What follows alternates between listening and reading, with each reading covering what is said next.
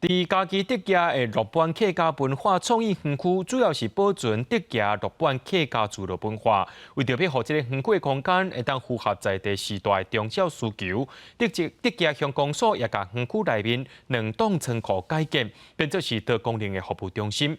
佮再配合病院要来推动的日照中心，整合附近乡镇的医疗资源。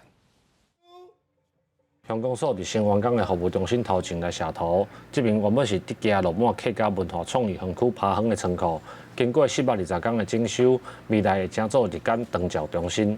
都很好，空气又好，光线又好，空间又大，很方便啊。怎么说？我就说我以后就会来了。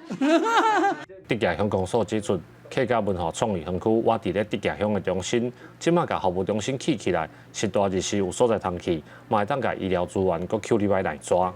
阮桥人民病院也来甲咱斗辅导、斗管理。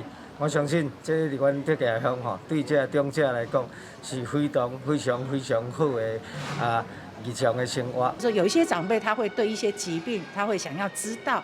那我们的话会有做这一项的服务，让我们的医生走入了这个日照中心，不用让长辈说再去说还要到医院去问，不用。德家乡65岁是大要挖7600人，占德家乡的人口22%。是大要找病院，拢会拄到交通的问题。新的服务中心启用，唔通再偏向增加长照据点，嘛甲营地的空间转做照顾乡民的所在。记者林慧婷，嘉义报道。